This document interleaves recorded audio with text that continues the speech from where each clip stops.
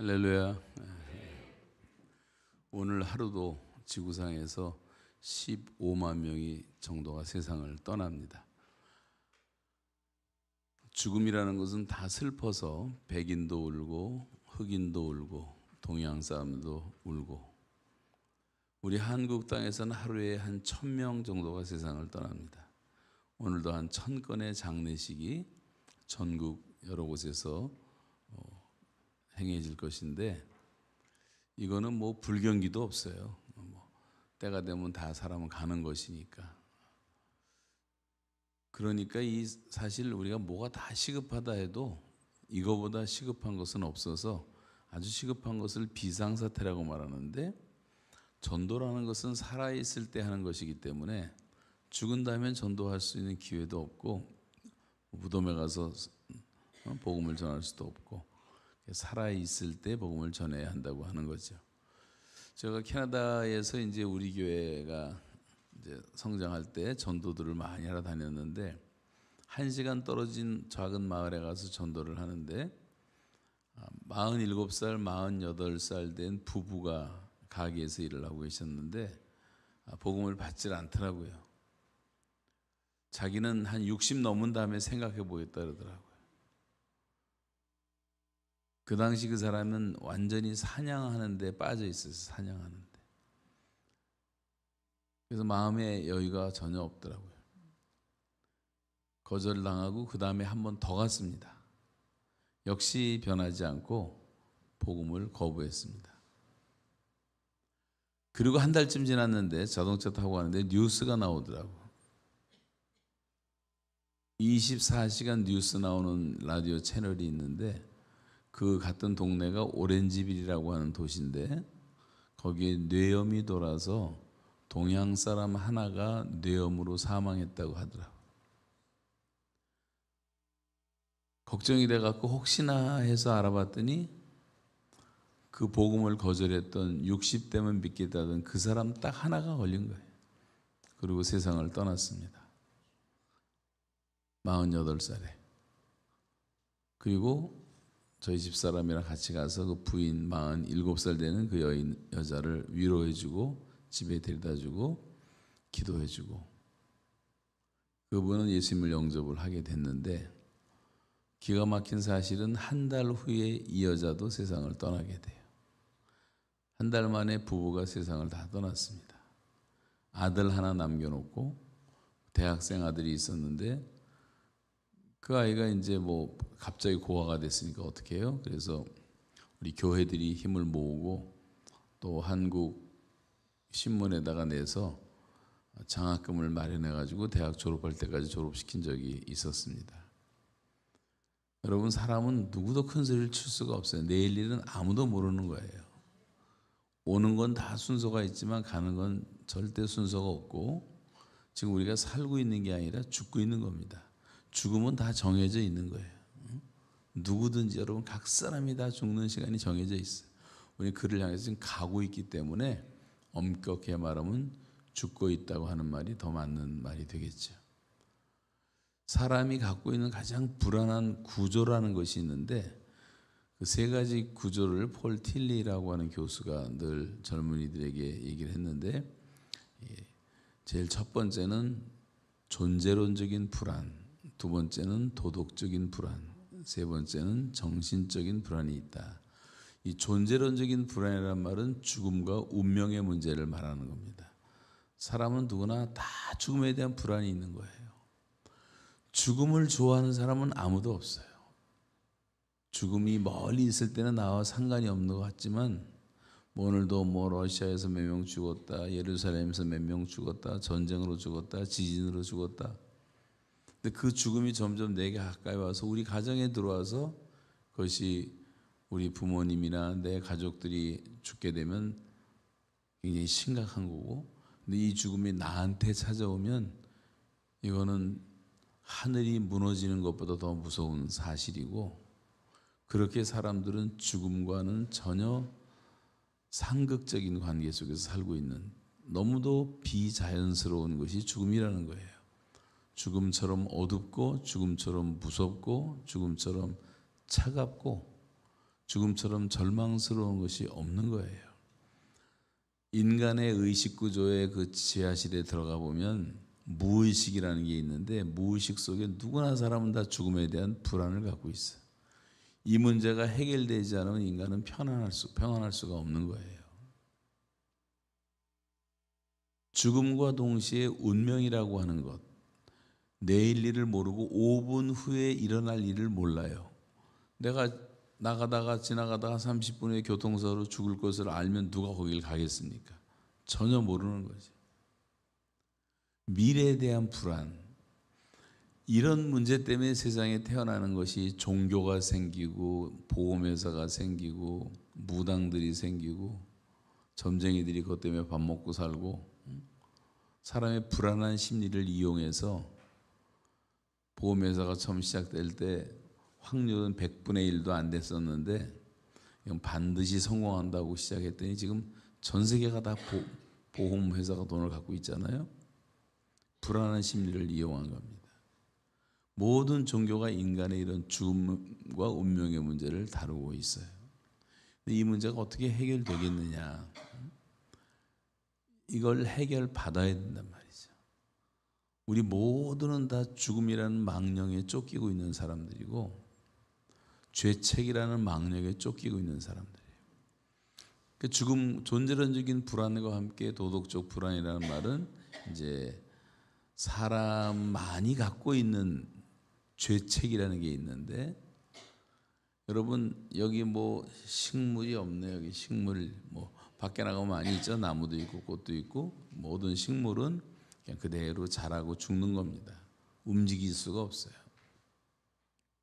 동물은 움직입니다. 근데 동물은 움직이는데 본능대로만 움직이게 하나님이 만들어 놓으신 거예요. 모든 동물은 본능의 범주를 벗어날 수가 없습니다. 동물이 마음대로 산다면, 아니 자동차 운전하는데 파리 한 마리가 왔다 갔다 해도 이거 괴로워서 사고가 날 지경인데, 온 동네 파리가 모여들어서 사람을 괴롭히고, 뭐 지나가던 개가 뭐 발작을 해서 사람에게 덤비고, 고양이도 있잖아요. 또 예배 끝나고 그러면 집에 갔더니 저 산에 있었던 뱀들이 와갖고 침대에 앉아 있고, 또 무슨 있는지도 몰랐던 멧돼지가 뛰어들어와서 부엌에서 난리를 치고, 그렇게 한다면 사람이 어떻게 살겠어요? 지구상에 수도 없는 그런 짐승들이 있는데, 모든 동물들은 하나님이 본능이라는 범주를 벗어나지 못하도록 만들어 주셔서 테리토리라는 것이 있고 사람을 다 두려워하게 만들어 놓으셨고 그렇게 만들어 놓은 거예요. 근데 사람만 유일한 것이 뭐냐면, 모든 것은 하나님이 그렇게 말씀으로 다 지으셨는데 사람은 하나님의 형상대로 지음받은 거예요. 모든 동물은 동물대로, 종류대로, 식물은 식물대로, 종류대로 다 그렇게 만드셨는데, 사람만큼은 사람의 종류대로 만든 게 아니라 하나님의 형상대로 만드시고 그 코에 생기를 불어넣으시니 생명이 된지라. 그래서 우리는 영적인 존재이기 때문에 하나님과 교통하도록 지으셨단 말이죠. 그래서 사람만이 갖고 있는 게 뭐가 있냐면, 도덕이라는 게 있고 윤리라는 것도 있고 양심이라는 것도 있고 법이라는 것도 있고, 이게 사람만 갖고 있는 거예요. 사람만. 왜냐하면 신적인 존재로 지음받았기 때문에. 여러분 오늘도 다 스스로 결정하고 오신 거예요. 내가 오늘 피아노 치는 날이지, 드럼 치는 날이지, 가야 되겠다. 결심하고 온 거죠. 근데 만약에 오늘 좀 놀러 가야 되는데 뭐 피곤한데 안 가겠다, 그러면 이게 안 왔을 거예요. 여러분 다 마찬가지입니다. 여러분 스스로가 결정하고 오신 거고, 오늘도 우리가 수없이 결정을 하면서 살아가야 되는 거예요. 평생을 그렇게 살아온 거예요. 내가 순간순간 스스로 선택하고 결정하는 그 결정과 선택에 의해서 인생이라는 집은 벽돌을 하나하나 쌓듯이 다 지어져 가고 있는 것이 지금 나의 현재의 내 모습이라는 거예요. 여러분은 스스로가 다 책임을 져야 돼. 내가 선택한 거니까. 교회 가기 싫은데 부인이 마누라가 하도 바가지를 굽고 그냥 그러니까 할 수 없이 송아지처럼 끌려온 남편들도 있을 수가 있지만 그것도 내가 송아지처럼 끌려가자는 결단을 했기 때문에 와 있는 거지 안 오겠다면 못 오는 거예요. 사람은 어떡합니까? 누구나 다 선택하는 거예요. 잘못 선택하면은 그것 때문에 오는 고통이라는 것도 있고 죄책이라는 것도 있어요. 그래서 최초에 하나님이 사람을 만드신 다음에 에덴 동산에 만들어 두셨던 것이 선악과라는 거예요. 선악과. 선과 악을 알게 하는 지식의 나무. 그건 먹지를 말라. 근데 사람이 다 먹으라 그랬어요. 동산 각종 나무의 시간에 내가 임의로 먹어라. 그러나 동산 중앙에 있는 선악과는 먹지 말라. 먹는 날에는 정녕 뭐예요? 죽으리라 이제 죽으리라. 딱 그 한마디. 사람이 죽는 이유는 딱 한 가지예요. 그걸 먹었기 때문에 죽는 거예요. 하나님이 죽으라고 하기 때문에 죽는 거예요. 죽음에 대한 무슨 철학과 종교가 별소리를 다 해도 아무 의미가 없는 거예요. 하나님이 죽으라 그래서 죽는 거고 하나님이 살라 그러면 사는 거예요. 예수 그리스도 안에 있는 사람들은 하나님이 다 죽음에서 살리셨기 때문에 살아난 거고 영생을 얻은 거고 지옥 열차에서 천국 열차로 갈아탄 거고 믿습니까? 그래서 선악과라고 하는 것은 무슨 뜻이냐 하면 그게 무슨 과일 하나 먹었다고 하나님이 죽이는 그런 하나님을 뭐하러 믿어요 우리가. 선악과라고 하는 것은 하나님 만드신 의도는 딱 한 가지인데 네가 하나님이 아니다. 네가 아무리 자유롭게 다 산다 할지라도 너는 피조물이야. 네가 할 수 없는 게 있고 할 수 있는 게 있고 아는 것도 있고 모르는 것도 있고 이 인간의 한계를 알라고 하는 레슨이었어요. 그런데 사탄이 뱀으로 찾아와 갖고 지혜롭게 여러분 지금 여러분 되게 다 뱀 싫어하죠? 뱀 징그럽죠? 옛날에는 뱀이 아주 지혜로웠어요. 또 너무 예뻤어. 여자들이 옛날 죄짓기 전 같으면 오늘 여기 핸드백에 하나씩 다 집어넣고 왔을 거야 아마. 귀여워서. 그런데 이제 뱀이 타락한 다음에 이렇게 뱀을 싫어하게 됐는데 그 뱀이 유혹을 하는 거예요. 저거 먹으면 네가 하나님처럼 되는 거야. 하나님처럼. 그래서 못 먹게 한 거야. 그때 하와가 유혹을 받고 선악과를 따먹잖아요. 자기만 먹었으면 좋은데 또 남편까지 먹게 해가지고 둘 다 범죄를 하는데 왜 그랬습니까? 먹지 말라고 한 거를 이제 듣고 순종하면 되는데 사탄이 그거 먹으면 하나님처럼 된다 그랬더니 갑자기 눈이 열려갖고 그 선악과가 막 보암직도 하고 먹음직도 하고 지혜롭게 할 만큼 탐스럽기도 하고 그냥 유혹을 이기지 못하고 그냥 따먹은 거란 말이죠. 여러분 하나님이 하시지 말라는 건 안 하면 되고 하라 그러면 하면 되는데 인간이 죄의 노예가 된 다음에는 하라는 것은 안 하고 하지 말라는 것은 골라서 하고 그게 바로 죄의 노예가 됐기 때문에 내가 자유롭게 못한단 말이에요. 죄가 나를 다스리기 때문에. 그래서 선악과를 따먹은 이후로 죽음이라는 게 온 거예요. 하나님과 영적으로 단절된 거예요. 죽음은 세 가지가 있는데 육체와 영혼이 분리되는 것을 죽음이라고 말해요. 우리가 죽을 때는 육체와 영혼이 분리되는 겁니다. 하나님과 사람이 영적으로 분리되는 것을 영적인 죽음이라 그래요. 근데 하나님과 사람이 영원히 분리되는 것을 영원한 죽음이라 그래요.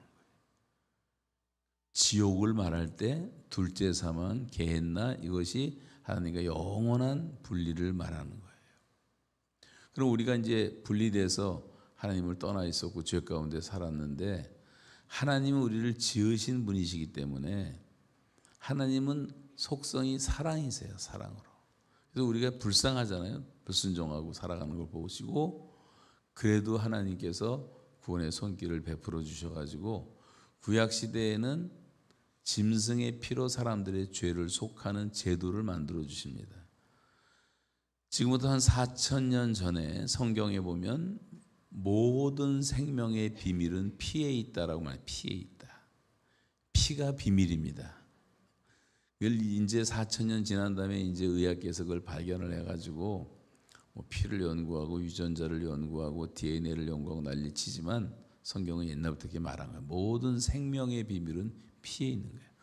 우리 몸에서 이 펌프질하는 심장이 피를 한번 팡 펌프질하면 이게 23초 안에 몸을 한 바퀴를 도는데 하루에 피가 돌아다니는 거리가 6만 마일이에요. 다시 말하면 한국에서 미국까지 3번 왔다 갔다 하고도 남는 거리를 매일같이 펌프질을 하고 있고, 그리고 실핏줄까지 다 돌아다니면서 영양분을 보충을 해주고 여기 나쁜 독들을 다 제거해주고 순환시켜주고 걸러내고 이런 일들을 다 피가 하지 않습니까?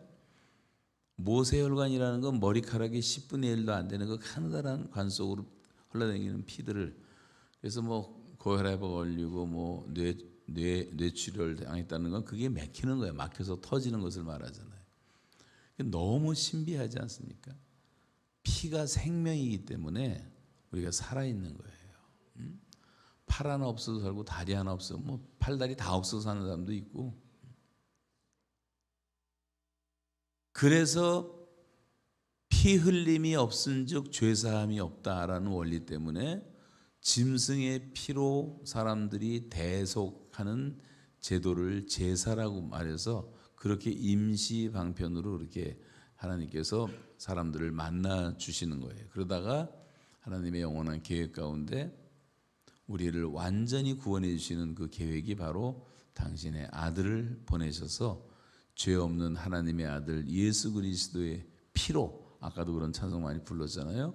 그 피로 우리를 구속해 주신 것인데, 예수님의 죽음을 대속의 죽음이라는 하는 우리가 그 죄로 인해서 죽어야 될 그 자리에 예수님이 가셔서 대신 죽어주셨기 때문에 그 피로 우리가 씻김을 받고 구속함을 받고 죄사함을 받고 영생을 얻고 하나님의 자녀가 된 줄로 믿습니다. 네. 그래서 이 보혈 찬성이 아주 중요한 거예요. 항상 예수의 보혈을 우리가 주장해야 되는데, 그래서 이 죄 문제가 해결된 거고 죽음의 문제가 해결된 거예요. 지구상에 어디서도 이 죄 문제를 해결할 때는 없고 어디서도 죽음의 문제를 해결해 주는 종교도 없어요. 예수님만이 이렇게 말씀하셨어요. 내가 곧 길이요 진리요 생명이다. 다른 이로서는 구원을 얻을 수 없나니 천하인간의 구원을 얻을 만한 다른 이름을 우리에게 주신 적도 없다. 아멘. 예수님이 뭐라 그러세요? 내가 하나님이다 그러잖아요. 유대인들이 참남하다. 예수님의 십자가의 죄명은 참남죄로 죽으신 거예요. 하나님이시라 그랬어요. 하나님이라. 내가 너에게 평안을 주겠다. 너희 죄를 사해 주겠다. 내가 성령을 보내주겠다. 너희가 내 이름으로 기도하면 내가 다 들어주겠다. 나는 부활이요 생명이니 나를 믿는 자는 죽어도 살겠고 살아서 나를 믿는 자는 영원히 죽지 않을 것이다. 내가 다시 올 것이다. 세상을 심판할 것이다. 성경 안에 이런 말씀들이 꽉 차 있는데 이게 다 예수님이 하신 말씀인데 사람이 할 수 없는 말이란 말이에요. 만약에 예수의 말이 거짓말이라면 기독교라는 것은 정말 웃기는 종교고 넌센스예요. 예수가 십자가에 죽은 것은 아주 웃기는 일이고 이건 희극적인 비극입니다. 그래서 우리가 C.S. 루이스가 한 유명한 삼자택일이라는 말이 있어요. 예수가 한 말이 거짓말이라면 이건 지상의 최대 사기꾼이다. 거짓말장이다. 그렇지 않아요? 천당도 없는데 천당이 있다고 그러고 자기가 죄를 용서할 수 있는 죄 용서한다고 그러고 영생을 준다고 그러고, 여러분 거기에다 속아서 지금 앉아서 예배당에서 예배드리고 헌금 갖다 바치고 우리 같은 바보가 어디 있냔 말이에요. 세상에 천하의 어리석지. 다 놀러 다니는데 놀러도 못 가고 주일날 와서 예배하고 봉사하고 헌신하고. 예수가 사기꾼일까요? 아니면 두 번째는 정신병자일 가능성이 있어요. 정신병자는 별 말을 다 할 수가 있어요. 그렇잖아요? 제가 옛날에 정신병원 가서 전도를 했었는데요. 처음으로 정신병자 한 60명 있는 젊은이들이 있는데 전도를 했는데 나를 쳐다본 사람 하나도 없더라고. 다 하늘 쳐다보고 뭐 손도 깔고 있고 이런 애들인데, 유학 갔다가 돌아와 온 애들, 서울대학에 붙었는데 돌아서 온 애들, 뭐 별애들이 다 있었는데, 한참 설교를 시작을 하고 있는데 저 맨 뒤에서 한 사람이 벌떡 일어나더니 내가 예수다 그러는 거야. 그랬더니 뭐 분위기가 이상해지잖아요, 갑자기. 저도 뭐 설교할 하다가 그냥 혼란하고. 근데 거기서 끝쳤으면 괜찮은데 조금 있다가 여기 있는 사람이 일어나서 쟤를 보더니 내가 너를 보낸 적이 없다 그러는 거예요. 그러니까 말로만 듣던 뭐 희한한 얘기를 들으니까 제가 그때부터 내가 정신병자인지 얘네들이 정신병자인지 모르겠더라고. 정신병자는 무슨 말인지 할 수가 있는 거예요. 여러분이 밖에 나가서 내가 하나님이다 그러면 누가 쳐다나 보겠어요? 저 사람 돌았다고 얘기하겠죠. 예수의 말이 정신병자의 말입니까? 그렇지 않다면 예수의 말씀은 하나님일 수밖에 없는 거예요.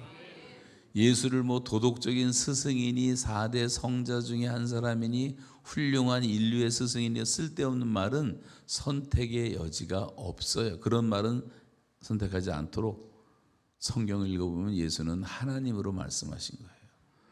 수많은 도둑들, 수많은 거짓말이들, 수많은 사기꾼들이 예수를 믿은 다음에 다 새 사람이 된 것이 2000년 역사고, 많은 정신적으로 병들었던 사람들이 예수 만나서 정신이 온전해지고,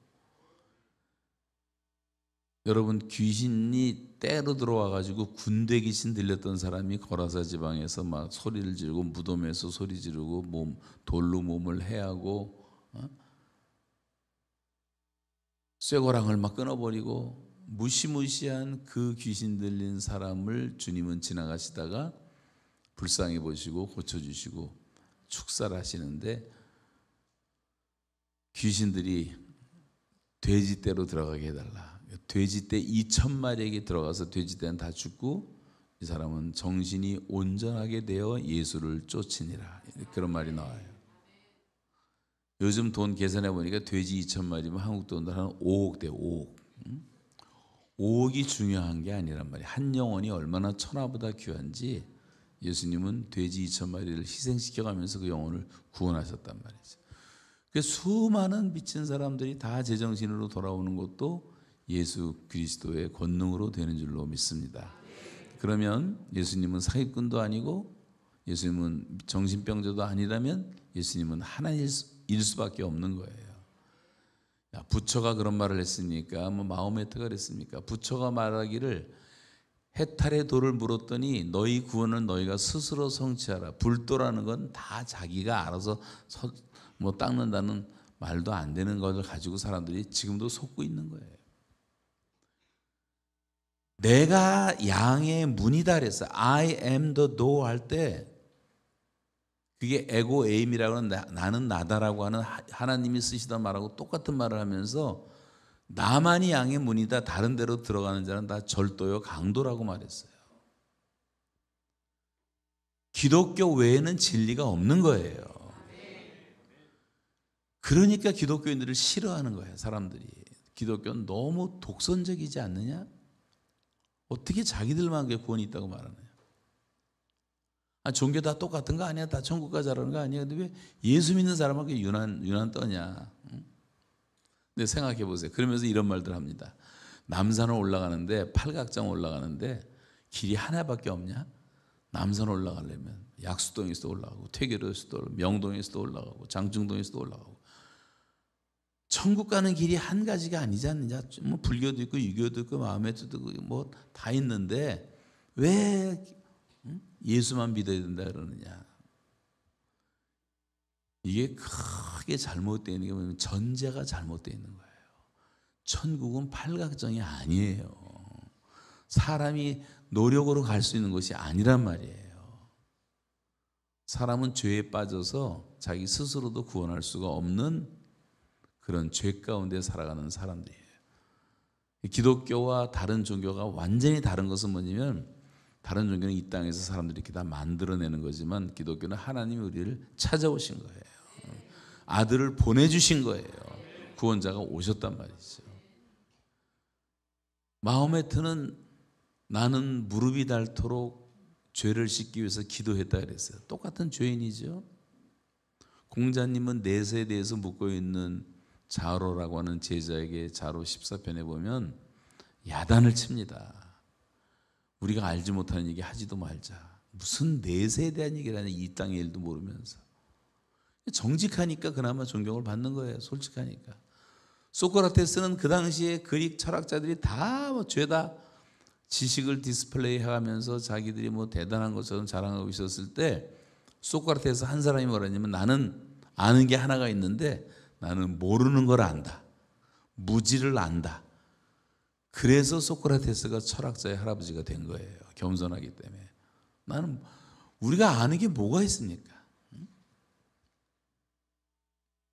그런데 예수님은 그렇게 말하지 않았어요. 예수님은 한 번도 미안하다, 잘못했다, 내가 후회한다, 내가 너무 잘못 생각한 것 같다, 취소한다, 그런 말을 하신 적이 없어요. 예수님은 하나님처럼 사셨고 하나님처럼 말씀을 선포하신 분이에요. 그래서 내가 곧 길이다, 진리다, 생명이다 말씀하시고, 진리라는 것은 하나밖에 없는 거예요. 사실은 하나밖에 없는 거예요. 사실은 타협이 불가능한 거예요. 2 더하기 답이 2개가 있을 수가 없어요. 우리 엄마가 2사람이 있을 수가 없어요. 아무리 우리 엄마하고 똑같이 생긴 여자도 우리 엄마가 아니에요. 우리 어머니는 한 사람밖에 없는 거예요. 여러분 자신이 하나밖에 없는 거예요. 80억 인류의 얼굴이 손바닥만한 이 얼굴이 80억 개가 다 달라. 신기하잖아요. 전 여러분 쳐다보는 것도 너무 신기해요. 어쩜 이렇게 다 다르게 생겼네. 동네에서 양치던 양치기 아주머니를 새마을회관에서 초청해갖고 양치기에 대한 세미나 강의를 하는데 그 아주머니가 올라오더니 사람들은 어떻게 다 똑같이 생겼어요? 양들은 다 다르게 생겼던데. 우리가 볼 때 양들이 다 똑같이 생겼잖아. 근데 이 사람은 양하고 살다 보니까 양들이 다 다르대. 사람은 다 똑같대. 똑같은 건 하나도 없어요, 지구상에. 나무에서 열리는 그 나뭇잎들도 뭐 수십만 개씩 맺혀도 나뭇잎도 똑같은 게 하나도 없고, 하늘에서 떨어지는 눈송이도 똑같은 게 하나도 없어요. 그래서 보물, 눈이라는 보석 창고라는 무디 사이언스에서 영화를 만드는데 눈만 가지고 너무 신비롭더라고. 여러분 지문이 다 달라요. 동공이 다 달라요. 전 미국 캐나다 왔다 갔다 할 때 이민관들 안 거쳐요. 그냥 이렇게 기계에 대면 눈동자 내가 보고 찍 하면 가고 찍 하면 들어오고. 요즘에는요, 여러분 요즘 한국에도 큰 회사들은 손가락 지문만 넣으면 다 문 열리잖아. 공항 들어올 때도 지문 하면 문 열리잖아. 유일하기 때문에 그런 거예요. 다른 게 없기 때문에 속일 수가 없단 말이에요. 너무 여자들 뜯어 고치지 마세요.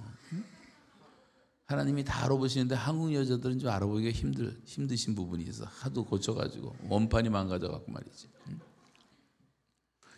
그냥 주신 그대로 사는 게 다 감사한 거예요. 옆 사람에게 한번 인사해서 저를 따라서, 당신은 특별한 사람은 아니지만 당신은 유일한 사람입니다. 아멘. 우리 다 유일한 사람이란 말이에요. 하나님은 모든 것을 유일하게 다 지으신 거예요. 사실은 사실밖에 없는 거예요. 진리는 하나밖에 없는 거예요. 네, 감사합니다. 이렇게 하면 한 3시간 하게 되는데 설교를.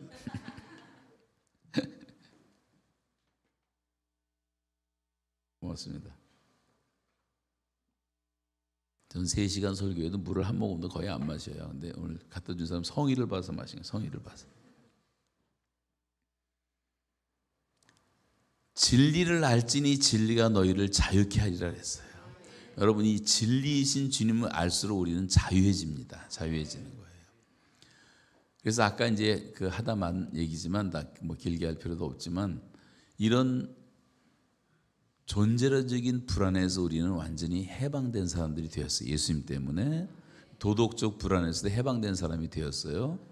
정신적 불안이라는 말은 이제 삶의 궁극적 목적과 의미를 묻는 존재라고 하는 것인데 사람이 내가 왜 사는가, 무엇을 위해 살아야 되는가 다 묻잖아요. 근데 그 물음에 해답을 못하면 다 허망해져 가지고 허무라는 귀신이 다 잡아가는 거야. 그래서 자살을 한 사람도 많고. 그래서 여러분 내가 왜 사는가는 궁극적 삶의 목적과 의미를 알아야 되는데 지금 우리가 앉아있는 예배당이 지금 태평양을 떠도는 아주 멋있는 유람선이라고 생각해요. 유람선. 최고급 유람선인데 유람선이 태평양 한복판에서 갈 데가 없어. 그건 아무리 그 배가 화려하고 아름다워도 그건 떠돌이 배라는 떠돌이 배. 목적이 없으면 떠돌이 인생이 될 수밖에 없는 거예요. 그 사람이 아무리 화려하고 가문이 좋고 잘생기고 돈이 많고 아무 소용없다. 떠돌이 인생이에요. 떠돌이 인생. 사람은 삶의 목적이 분명해야 돼요. 아까 다니엘이 뜻을 정한 것처럼 뜻을 정하고 살아야 되는데 내가 나를 위하여 너희를 지었나니 나의 찬송을 부르게 하려 함이라. 우리가 살아가는 것은 하나님의 영광을 위해 사는 것이고 먹든지 마시든지 무엇을 하든지 다 하나님의 영광을 위해서 하라. 여러분이 먹든지 마시든지 카페를 가든지 식당을 가든지 다 좋아요. 뭐든지 다 자유야. 마음대로 할 수가 있어. 그런데 분명한 사실 이게 하나님께 영광이 돼야 돼. 영광이 돼야 돼. 거기서 결정하면 되는 거예요. 술 마시다 이게 하나님께 영광이 될까? 아니면 마시지 말아야 되고 담배 한다 피다 이게 하나님께 영광이 될까? 아니면 버리면 되는 거고 뭘 하든지 말 한마디를 하더라도 하나님께 영광을 돌리고 우리는 하나님의 영광을 위해서 사는 하나님의 자녀들인 것을 믿으시기 바랍니다. 그래서 삶의 목적이 분명해진 사람들은요 하나님께서 가장 귀하게 사용하시는 거예요. 목적이 없어서 사람들이 다 방황하고 있는 거예요. 자, 그러면 이런 문제들을 해결해 주는 분은 진리이신 예수님밖에 없기 때문에 우리가 예수를 전해야 된단 말이고 예수를 전하는 삶은 예수님 스스로가 이 땅에 오셔서 살아가셨던 공생의 기간 동안에 복음만을 전하셨기 때문에 우리가 복음을 전해야 된단 말이죠. 갈릴리 해변을 다니시면서 성과 촌을 두루 다니시면서 전도하시잖아요. 베드로야, 요하나, 야고보야, 바돌로메야, 도마야, 마태야, 또 예루살렘 쪽 가시다 마리아야, 마르다야, 나사로야, 또 저 여리고까지 가셔갖고 그 버림받은 인생 삭개오를 이름을 부르시면서 부르시고 또 사마리아 땅을 지나가시다가 정오에 운물기로 나온 부끄러운 여자 한 사람 거의 창녀처럼 살았던 그 여자를 만나가지고 오후 내내 전도하시고 그 여자가 예수님이 그리스도인 것을 알고 물동이를 버려두고 온댕 동네에 들어가서 내가 그리스도를 만났다 그러니까 사마리아 사람들이 다 모였어. 거기서도 복음 전하시고 이틀 동안 스케줄을 조정하시고 다시 또 다른 데로 전도하러 가자. 주님은 처음부터 끝까지 다 전도하며 사셨다면 이 땅에 오셔서 예수님 주변에는 항상 죄인들이 따라다녔고 병자들이 가득했고 병을 고쳐주고 그러면서 전도하시는 삶을 살면서 주님이 마지막 하신 말씀도 아버지께서 나를 보내신 것 같이 나도 너희를 보내노라. 그것이 요한복음 20장 21절에서 말씀이고 오늘 읽었던 말씀도 예수께서 나와 일러 가라사대 하늘과 땅의 모든 권세를 내게 주셨으니 그러므로 너희는 가라 그랬어요. 여러분 얼마나 여기서 가셨습니까? 시골도 가고 안 믿는 사람 찾아가고 해외 선교도 가고 이 교회라고 하는 것은 이 가는 고잉 스트럭처와 오는 카밍 스트럭처가 조화를 이루어야 되고 게더링 처치 이게 모여서 예배하고 모여서 교제하고 하는 이것도 중요하지만 스캐터링 처치 흩어지는 것도 중요한 거예요. 우리가 가든지 다 교회는 살아있는 교회가 돼야 돼요. 여러분 여기서 이제 모이는 교회지만 예배 끝난 다음에 흩어지는 교회가 돼서 학교를 가서 직장을 가서 회사를 가서 가게를 가서 거기서 또 빛을 발하는 그리스도인으로 살아가야 될 줄로 믿습니다. 그러니까 주님은 전체가 다 영혼 구원의 모든 초점이 맞춰진 예수님의 삶 자체가, 제가 전도한 얘기 하자면 뭐 오늘 밤새도 못하기 때문에 말씀드릴 수가 없는데 너무 재밌어요. 전도를 하다 보면 한 사람을 전도했는데 그 사람 때문에 수만 명이 전도된 적도 있어요. 제가 전도한 사람에 의해서 한 사람 전도했는데 수백 명이 전도를 받은 사람들도 있고, 식당 주인 하나 전도했더니 이 사람이 뭐 식당에 오는 사람마다 전도를 하고, 학원 원장 하나 전도했더니 학원에 오는 수백 명의 아이들한테 수년 동안 전도를 하고, 대학 부총장 하나 전도했더니 이 대학 교수들을 다 전도하고, 또 박사학위 논문 지도하는 학생들 다 전도하고, 그래서 이 캠퍼스가 다 변하는 것도 보게 됐고, 여러분 한 영혼이 천하보다 귀한데 여러분이 만나서 접촉한 어떤 사람이 어떤 일을 할지 우리는 아무도 몰라요. 안드레는 지나가다 형한테 내가 그리스도 예수님이라는 걸 만났는데 형 한번 가자. 그래서 베드로를 데려왔는데, 안드레는 뭐 별로 유명하지 않은데 베드로는 초대교회 최고의 지도자가 되잖아요. 베드로는 캐톨릭에서는 뭐 최초의 교황이라고 말하잖아요. 내가 데려온 사람이 어떤 사람이 될지 모르는 거예요. 천국에서 가장 큰 상은 생명의 면류관인데 내가 얼마나 생명을 구했냐 하는 거예요. 근데 이게 굉장히 시급하단 말이지. 사람들은 죽어나가고 있으니까 살아있을 때 해야지. 살아있을 때. 북한 선교도 빨리 이루어져야 돼. 그 복음을 듣는 순간까지 하나님께서 북한의 백성들에게 은혜를 주셔서 살아있도록 기도하고, 문이 열리는 순간 다 들어가서 복음 전하고 해야 되는 거예요. 이 기회를 놓치면 안 되는 거고, 여기에 불순종하면은 화가 임한다 그랬어요. 여러분 개인적으로 우리가 화가 임하고 가정에 화가 임하고 교회가 화가 임하는 건 복음을 안 전하기 때문에 그런 거예요. 예루살렘이 왜 망했습니까? 예루살렘과 온 유대와 사마리아 땅끝까지 가라 그랬는데 예루살렘에만 모여 있잖아. 그랬더니 무서운 핍박이 일어나서 흩어지게 돼. 강제로 흩어진 사람들이 수리아의 안디옥으로 가서 바울과 바나바를 통해서 교회를 세우고 세계 선교가 시작되고, 사마리아 땅에 들어가서 빌립을 중심으로 또 사마리아 땅에 복음이 전파되고, 하나님은 강제로 흩어서라도 전도하게 만드는 거예요. 러시아가 왜 멸망을 당하고 소련이라는 공산국 종주국이 됐습니까? 제정 러시아 때는요, 톨스토이, 도스토옙스키, 차이콥스키, 푸시킨, 뭐 기라성 같은 기독교 인물들이 나타났고, 세계에서 제일 잘 살았고, 귀족들이 그렇게 많았는데, 예수 믿고 복을 받고 전국에 교회가 있었는데 왜 10%도 안 되는 볼세비키에 의해서 나라가 뒤집어지고 공산국가가 되고 6천만 명이 숙청을 당하고 지구의 3분의 1을 새빨갛게 만들어놨단 말이야. 한때 전도 안 하니까 다 타락하는, 전도 안 하면 모든 교회가 다 타락하게 돼 있어요. 전도할 줄 모르는 교회는요, 옛날 제사장들이 제사 드리듯이 예배가 다 제사화되고 율법화되고 캐톨릭화되고 다 타락하게 돼 있어요. 복음을 전하면 우리가 살아나는 거예요. 전도를 안 하니까 죽는 거예요. 우리 교회 제가 5가정 데리고 시작한 5가정 데리고 우리 1985년도에 시작을 하고 2, 3년 지나면서 100명 되고, 뭐 한국도 아니에요. 캐나다에서 한국 사람 하나 만날래도 힘들어요. 전국에 다 사는 사람이 3만 명밖에 안 됐어요, 그 당시. 근데 쫓아다니면서 전도하고 주소 갖고 밤중에 찾아서 전도하고, 전도했더니 사람들이 오더라는 거예요. 예수님 말씀에서 순종하면, 전도라는 것은 내가 하나님 말씀을 전하기 위해서 순종하는 것이고, 그때 성령님이 역사해서 죄인들이 회개하고 돌아오는 것을 복음 전도라고 말하는 거예요.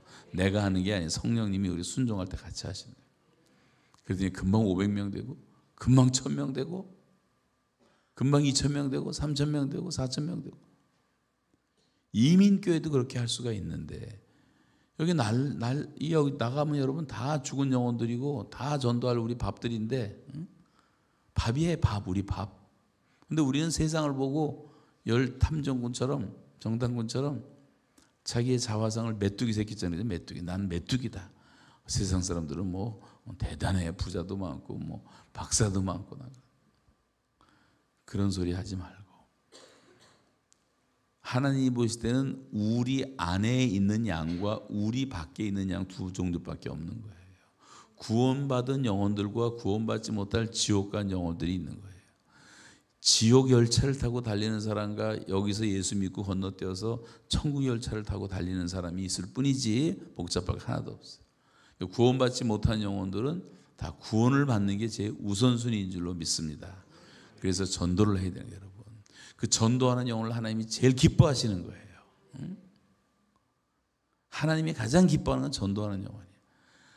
두 아들이 있었어요. 아버지가 있었는데 이 막내 녀석이 아버지한테 지금 자유를 좀 자유롭게 살고 싶다고 해가지고 재산을 분배받아 갖고 나가잖아. 나가서 허랑방탕하게 살다가 나중에 돼지우리 속에서 후회하고 아버지 집으로 돌아가야 되겠다.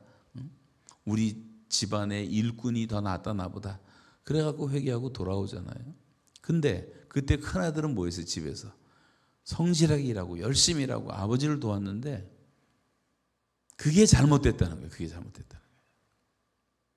지금 아버지의 마음은 집 나간 자식이 돌아오기를 기다리고 있는 거예요.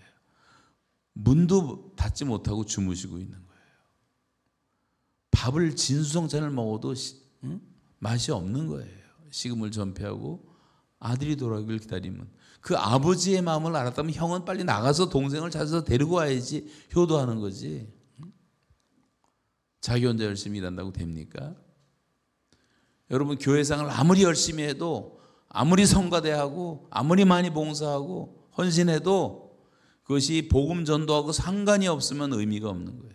우리가 다 큰아들처럼 사는 거예요. 나의 봉사와 헌신을 통해서 영혼들이 돌아와야 되는 거예요.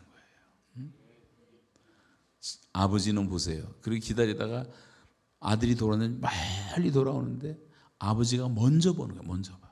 상고가 뭔데 먼저 보고 아버지가 달려가서 아들의 목을 끌어안고 키스하고 고맙다고 눈물 흘리고 목욕시키고 가락지 끼워주고 새로운 신발 신기고 새로운 반지 끼워주고 다 약속하는 거죠.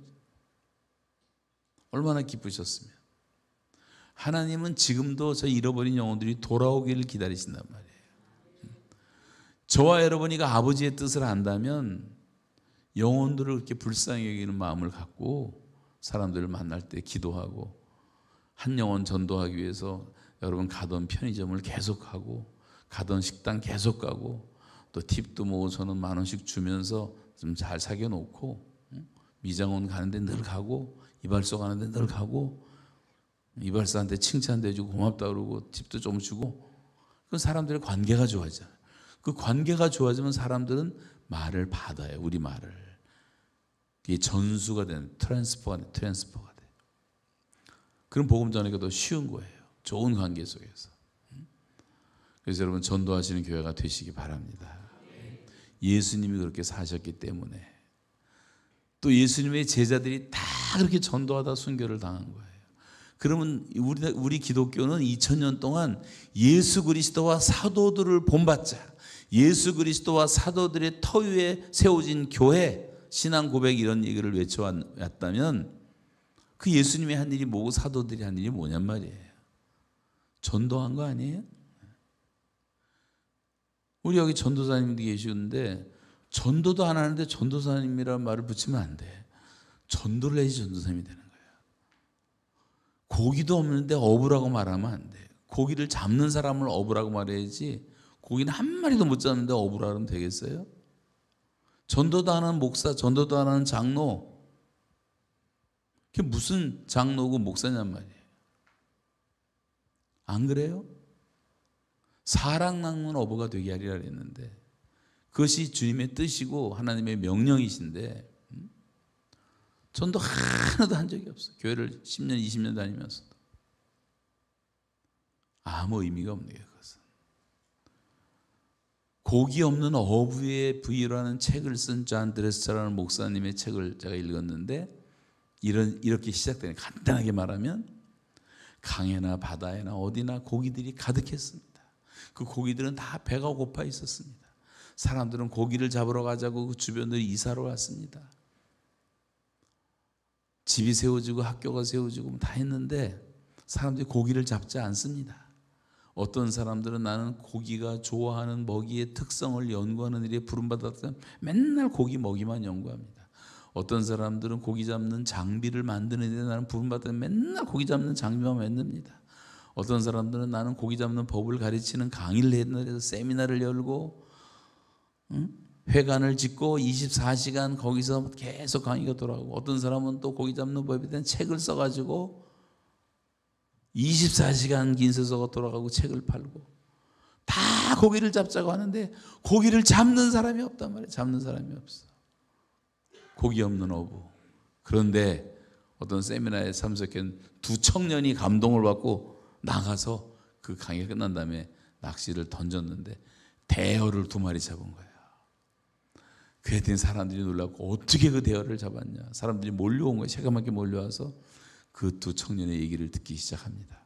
그때부터 이 두 청년은 여기저기서 불러서 2마리 고기 잡은 얘기를 하느라고 평생을 얘기하러 돌아다니다가 어부 총회장이 되셨습니다.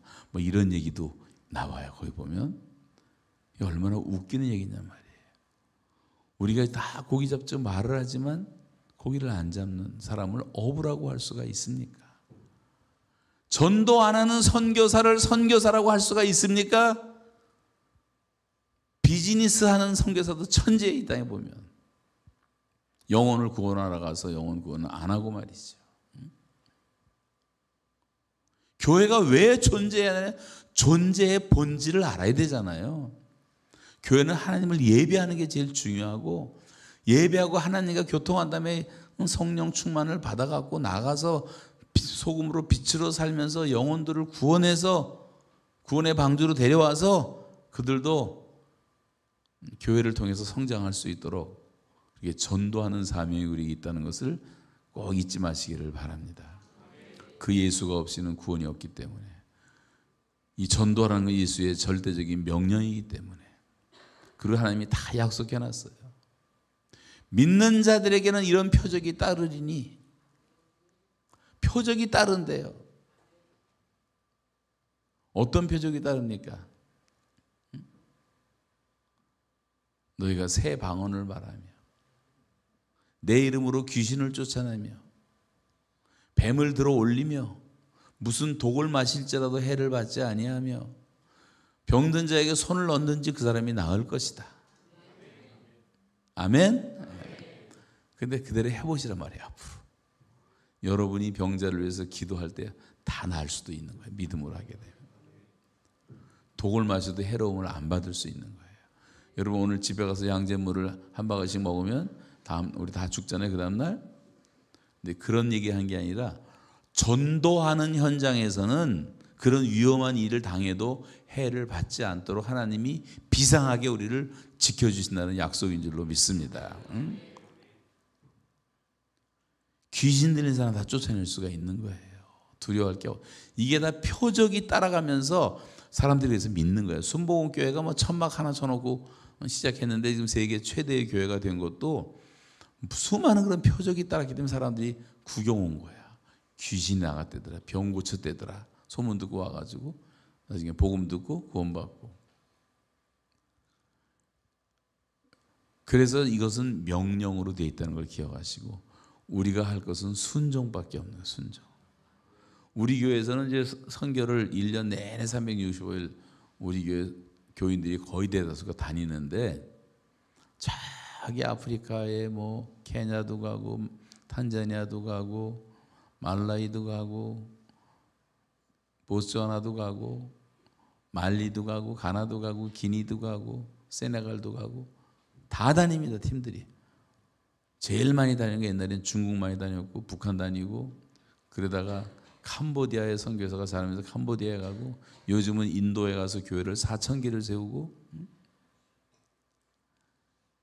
여러분 믿어지지 400개도 많은데 4,000개의 교회가 세워진단 말이에요. 순종해서 갔더니 인도 북부를 가면은 2억이 사는 그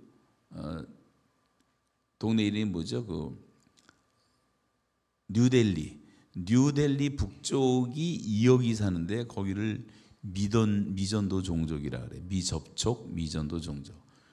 교회가 하나도 없어. 무교회 지역이에요. 복음 전하면 표적이 나타나. 사람들이 예수를 믿어. 조그만 교회 하나하나 이렇게 세워라 가는 거예요.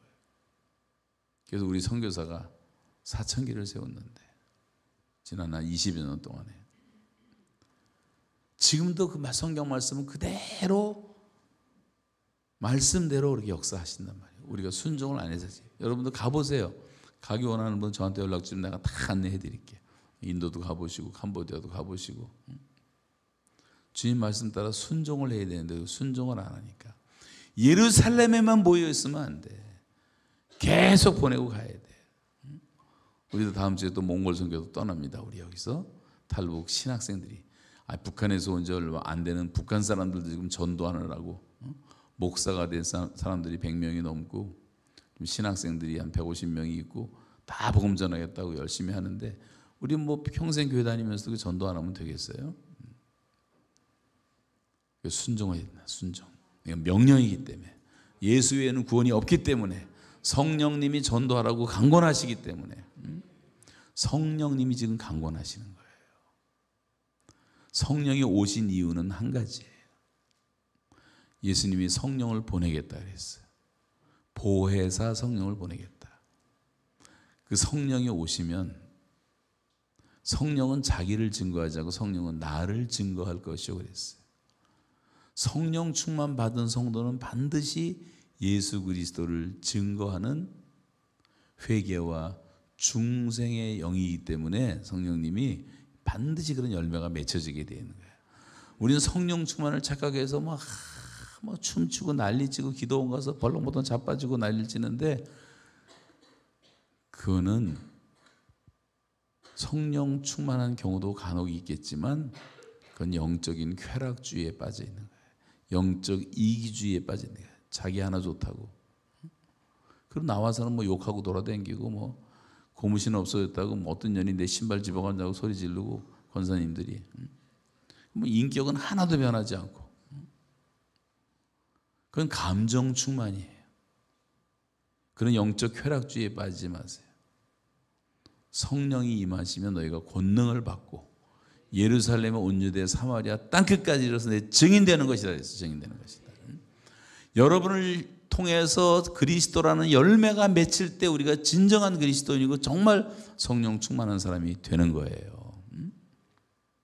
이런 면에 착각이 없어야 됩니다. 사도행전은 다 성령 충만해서 빌립이, 바울이, 스데반이 사도들이 다 성령 충만하면서 다 복음을 전해갖고 폭발적 부흥이 일어난 거예요. 전도는 내가 하는 것이 아니고 성령님이 하시는 거예요. 우리 안에서 우리가 그분에게 순종하는 거예요. 사도행전은 쉽게 말하면 성령 행전이에요. 성령이 복음을 전하고 회개시키고 성령이 베드로와 고넬료를 만나게 해주고 빌립과 에디오피아 내시를 만나게 해주고 성령이 바울과 루디아를 만나게 하시고 성령이 루디아의 마음을 여심해 그가 바울의 말을 청종해서 빌립보라는 교회가 세워지고 다 성령이 감독자를 세우시고 성령의 위로로 교회들은 평안하고 든든하여 세워지고 성령이 선교사를 파송하고 내가 선교사 가겠다는 게 아니라 성령이 말씀하시기를 바울과 바나바를 따로 세우라. 온 교인이 성령의 음성을 들었단 말이에요. 다 성령 충만하니까. 그래서 선교 역사가 안디옥에서 시작된 것.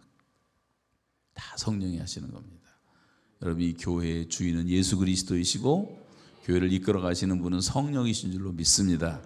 그분에게 우리가 순종을 해야 되는 거예요. 순종. 목사님들도 다 리더지만 목사가 주인이 아니에요. 목사는 그냥 줄반장 정도예요. 목사 전도사는 줄반장으로 세워놓은 거고 사령관은 우리 주 예수님 한 분밖에 안 계십니다. 그 주님 말씀대로만 살면 되는데 그 성령님이 지금 전도하라고 강권하시기 때문에 복음 전하는 건 여러분 체면을 별로 보지 마세요. 그 영혼 지옥 가는 인생인데 뭐 체면을 봐요. 지금 기차가 달려서 애들이 깔려 죽게 생겼는데 얘들아 거기 놀면, 이럴 시간이 어디 있어? 가서 집어 던져서라도 살려야지. 맹인이 이게 지나가다가 낭떠러지로 떨어지게 생겼는데, 아유 여보세요, 거기 그 낭떠러지가 앞에 있는 것 같은데 조심하. 그를 견해 가서 끌어당겨서 살려야지. 여러분 자식이 집을 나갔어요. 집 나갔어. 들어보니까 나쁜 애들 만나고 마약을 한대. 근데 어떻게 지나가다가 보니까 마약 속으로 해서 내 새끼가 지금 거기서 있는 거예요. 마약하고. 그러면 거기서 놀다가 나중에 와라 그럴 부모가 있어요? 들어가서 그냥 멱살을 잡아서 끌고 와야지. 강권적으로 해야 될 것들이 있는 거예요. 지금 이 사람들이 한번 모르기 때문에 다 지옥 열차를 타고 가고 있잖아요. 돈이 최고인 줄 알고, 인기가 최고인 줄 알고, 명예가 최고인 줄 알고, 다 헛된 것들인데. 그래서 우리가 강권해서라도 영혼들을 구원해야 된단 말이에요. 성령이 그렇게 우리에게 역사하시고 시키실 때 순종해서 입을 열어서 복음 전하고. 저도 우리 7남매가 있는데 우리 누이들 넷이 있어요. 넷. 제가 예수 처음 믿고, 물론 우리 어머니 아버지 할머니 때부터 예수 믿다가 이제 다시 다 교회를 떠났었는데 돈 때문에 망했어요. 돈이 너무 많아갖고 망했어요. 너무 부자여가지고 하나님이 망하게 하시는 데면 10년 걸렸는데도 정신을 못 차리니까 쫄딱 망하게 만드시더라. 그 다음에 제가 다 복음을 전했더니 다 예수 믿고 1년 만에 우리 가정이 다시 다 돌아왔어요. 돌아오니까 하나님이 또 금방 회복을 시켜주시고, 하나님은 우리가 다 복음을 듣기를 원하고 전하기를 원하시는 거예요. 믿음은 들음에서 나기 때문에 전도를 해야 되는 거예요.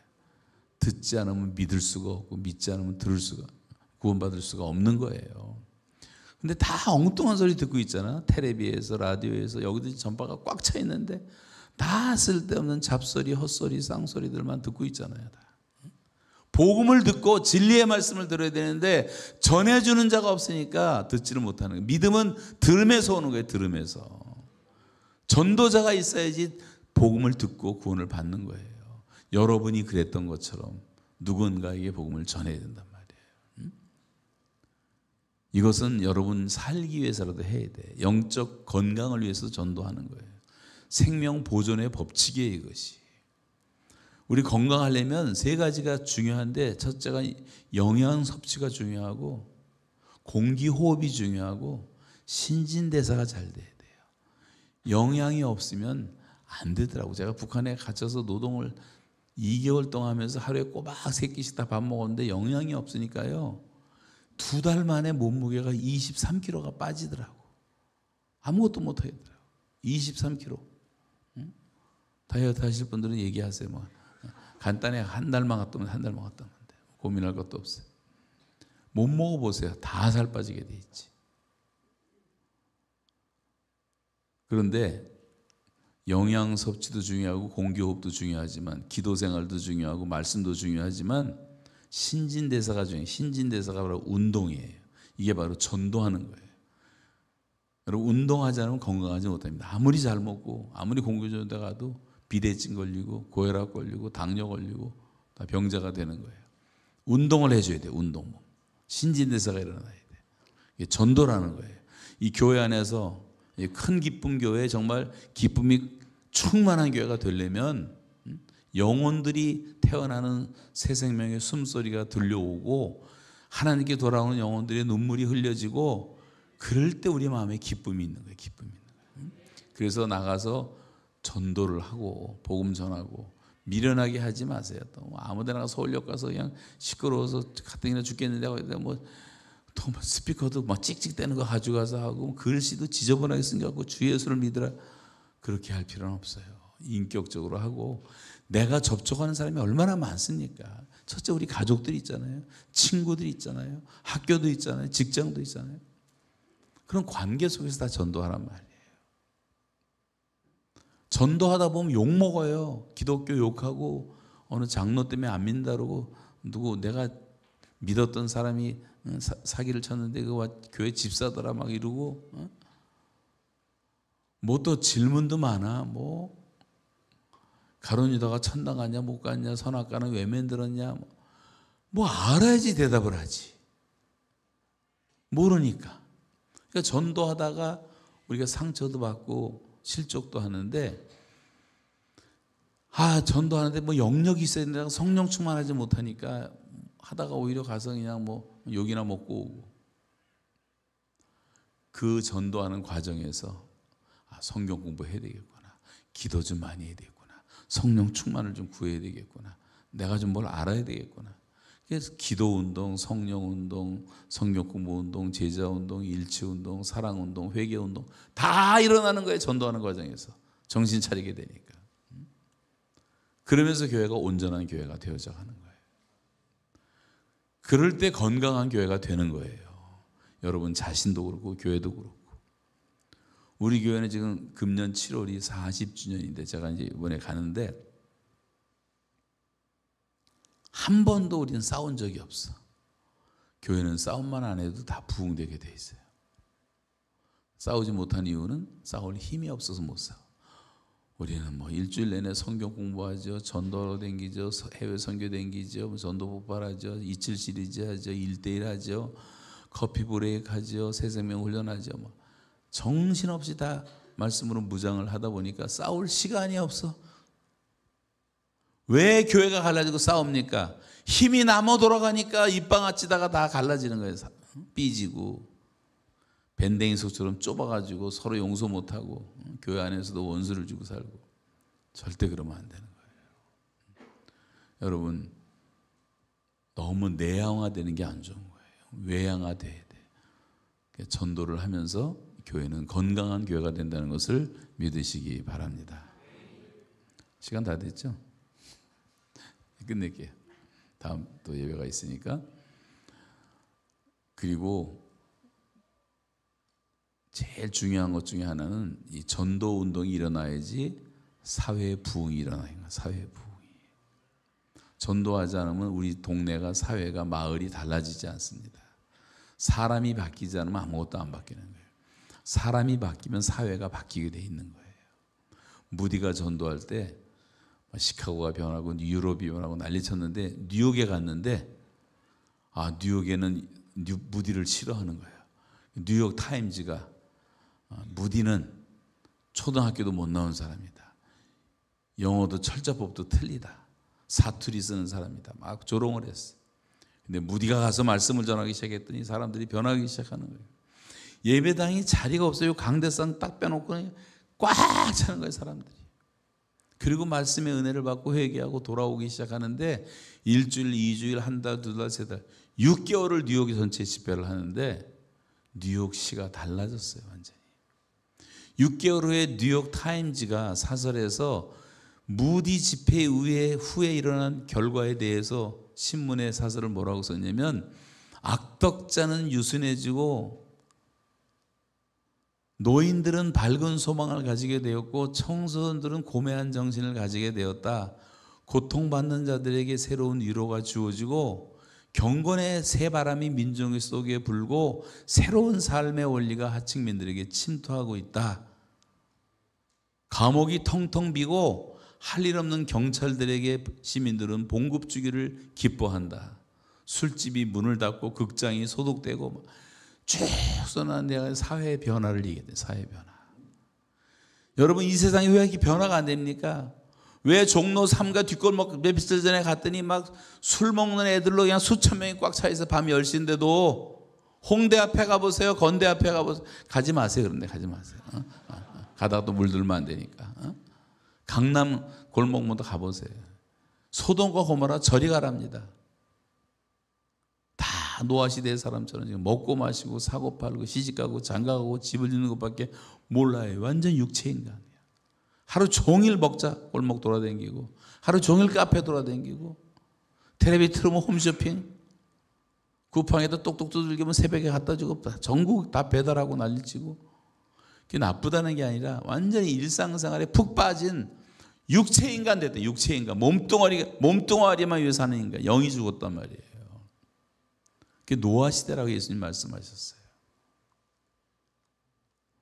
집 짓는 것도 마찬가지예요. 수십 년 동안 집만 짓고 있어. 한국도 보게 돼요. 비행기 타고 올라가 보세요. 아파트 뭐 성냥갑보다 작아. 근데 그거만 평수 늘린다고 하면 평생 뭐 은행 대출 받아가고 몰개지 갚다가 그냥 죽어가는 게 인생이 돼버리고 말았어요. 그 평수 갖고 자랑하고 자동차 갖고 브랜드 갖고 자랑하고 얼마나 웃기는, 우리가 볼 때 개미보다도 못, 하나님 볼 때는 그 작은 인생들이 하나님의 영광을 위해서 살지는 않고 그렇게 살아가고 있단 말이에요. 크리스찬들은 좀 세상을 본받지 말라고 말했으면 세상을 본받지 말고 세상 문화를 좀 바꾸고 변화시키고 도전하는 사람이 돼야 되는데 세상을 질질 끌려간단 말이에요. 그렇게 살면 안 됩니다. 소돔과 고모라처럼 됐다는 말은 도덕적 문둥병처럼 됐다면, 문둥병은 알아서 3년 몰라서 3년 터져서 3년 나중에는 귀가 떨어져 나가고 코가 떨어져, 손가락이 뚝뚝 떨어져 나가도 고통을 못 느껴. 아프지가 않은 거야. 그걸 문둥병이라 그래. 도덕적으로 감각이 상실돼 갖고 이 미친놈들이 지금 다 대통령 하겠다고 난리잖아요. 대한민국에서. 저거 그냥 인간적으로 생각하면 우라병이 나서 살 수가 있어요. 우리나라에 저런 인간들, 범죄도 끔찍한 범죄를 저지른 놈들이 저렇게도 뻔뻔스럽게 다 국회 안 한다고 돌아다니고 부정선거하고 난리가 났잖아요. 나라가. 젊은 애들은 다 타락시켜갖고 정치에 관심 없게 만들고 스포츠로 관심 없게 만들고 도박으로 관심 없게 만들고 알코올 중독, 도박 중독, 이런 사람은 뭐 1,000만 명, 2,000만 명 만들어 놓고 너무 먹자고 막 먹다 보니까 막 고혈압, 당뇨 환자가 1,000만 명이 넘고 암 환자가 500만 명이 되고 지금 155만 명이 암 투병을 하고 있어요. 한국 땅에서. 여러분, 지금은 전도할 시기예요. 영혼들을 찾아가세요. 병든 사람 많고 가정 파괴된 사람 많고 고독한 사람 많고 겉으로 멀쩡하지만 눈물 흘린 사람 많고 외로운 사람 너무 많고, 전도가 안 되는 게 아니라 지금 전도하기가 제일 좋은 때란 말이에요.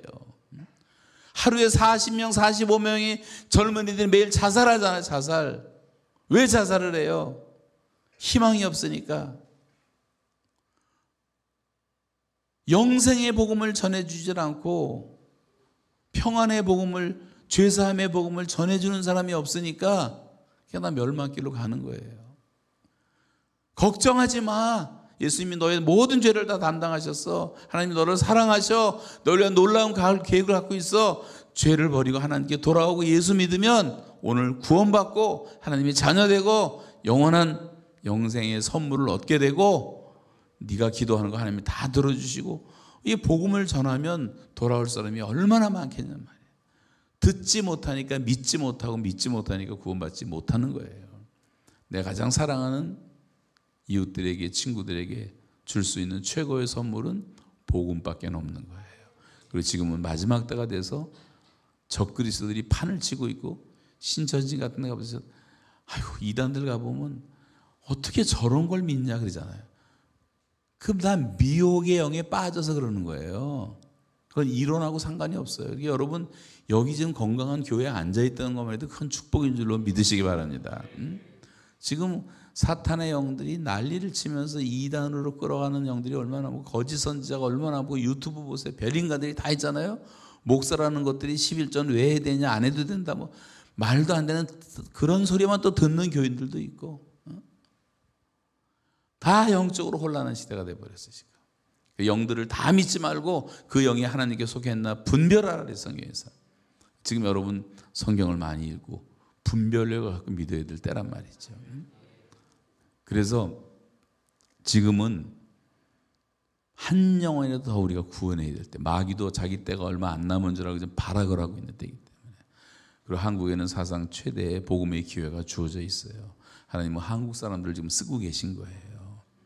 하나님이 쓰실 때 쓰임 받는 게 중요한 거예요. 여러분 100년 전에만 태어나서도 쓰임 받지 못해. 지금 하나님이 한국을 통해서 세계 선교를 하시고 제사장 민족을 만드시고 북한도 선교할 것이고 이제 다 하실 것인데, 이때에 태어났다는 걸 감사하고 순종하면 하나님이 위대한 정치인으로, 선교사로, 기술자로, 과학자로, 공무원으로, 엄마로, 아버지로 다 우리가 쓰임 받을 수가 있는 것입니다. 그래서 하나님께서 우리 민족을 통해서 행하시는 일들을 바라보는 눈을 좀 열고 안목이 좀 열려야 돼. 하나님의 눈으로 이 세상을 바라볼 줄도 알고 대한민국 역사를 바라볼 줄도 알고. 근데 이게 안 열리니까 뭐 좌파 우파가 나눠서 우리나라 이렇게 된 거죠. 미국 놈들 때문이다. 양키고 홈, 성족이 불살르고 그런 사람이 나타나가 하면 또 한쪽에서는 또 중국 놈들 때문이다. 러시아 때문이다. 뭐 때문은 무슨 때문이야. 다 우리 민족이 다 못나서 그런 거지. 그리고 하나님께서 참새 한 마리도 하나님 앞에서 떨어지지 않는데 우연히 한 민족이 이렇게 38선이 그어지고 고난의 70년 이상을 지낸다는 것이 우연이겠습니까? 우리가 지금 다 역사를 모르지만 역사의 어느 날 하나님께서 이런 고난과 연단을 통해서 우리 민족을 정금처럼 만들어서 세계를 복음화시키려는 어떤 계획 속에서 연약한 우리 민족을 선택해가지고 그래서 우리가 좀 순종했던 대한민국은 얼마나 많은 복을 받았습니까 지금. 그 다 우상을 4만 개를 만들어 놓고 사는 저 북한은 얼마나 저주를 받았습니까? 다 저주예요, 저주. 다 보고 있잖아요. 이게 전 세계에서 이게 뚜렷하게 나타나는 게 대한민국이고 마지막 분단 국가가 대한민국이고 그래서 우리가 다 큰 사명이 있는 거예요. 다시 각성해서 여러분 우리 민족 복음화하고 세계 선교까지 하겠다는 그런 포부와 꿈을 가지고 하나님 앞에서 킹덤 드림, 하나님 나라의 꿈을 가지고 남은 생애를 살아가시기를 주님의 이름으로 축원합니다. 하나님 아버지 감사합니다. 비상사태보다도 급한, 전장사태보다 급한 것이 주님 영혼들이 죽어가는 것입니다. 우리가 할 수 있는 최선을 다해서 한 사람이라도 매일매일 구원하는 사역을 감당하게 하시고 복음을 전하는 데 순종하게 하셔서 우리를 통해서 많은 아름다운 전도의 열매가 맺히게 하여 주시고 주님 영광 받아 주시옵소서. 이 큰 기쁨 교회에 정말 영혼들이 구원받는 것으로 인해서 교회에 큰 기쁨이 넘치게 하여 주시옵소서. 예수님의 이름으로 기도하옵나이다. 축도. 기도하겠습니다. 주 예수 그리스도의 은혜와 하나님과 우리 아버지의 사랑하심과 성령님의 교통하심이 오늘도 우리가 영적으로 다시 각성하여 하나님의 나라와 의를 먼저 구하는 삶을 살기로 마음에 결단하고 돌아가는 모든 우리 권속들에게 이제부터 영원토록 함께 하시기를 축원하옵나이다. 아멘.